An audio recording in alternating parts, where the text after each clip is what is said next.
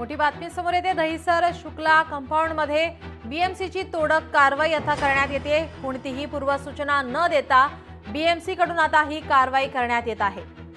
मोठे नुकसान झाल्याने रहिवासी आता संतप्त झालेले आहेत। बीएमसी कडून या ठिकाणी तोडक कारवाई, अधिकाऱ्यांवर गुन्हा दाखल करून नुकसान भरपाईची मागणी आता होत आहे।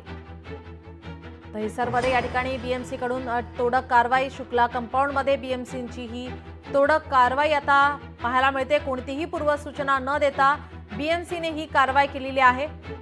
मोठे नुकसान झाल्याने आता रहिवासी संतप्त झालेत। बीएमसी विरोधात आता या ठिकाणी रोष व्यक्त केला जातोय।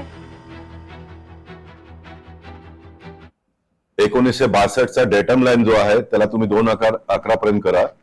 2011चा ह्यासाठी सांगतो का महाराष्ट्र सरकारने कायदा केला। महाराष्ट्र सरकारने 2011 पर्यंत ज्या लोकांनी सरकारी जमिनीवरती घर बनवलं 1000 फूटचा घर रेग्युलाइज करण्याचा कायदा बनवला। त्यात 500 फूट विनामूल्य आणि 500 फूट पैसे भरून। ज्यावेळी सरकारी जमिनीसाठी हा कायदा आहे, डॉक्टर बाबासाहेब आंबेडकरांचा घटना संविधान हे म्हणतोय का तुम्ही एका देशात 2 कानून लागू शकत नाही, लादूही शकत नाही। लोकशाही मराठी ऐका, पहा, जागरूक रहा।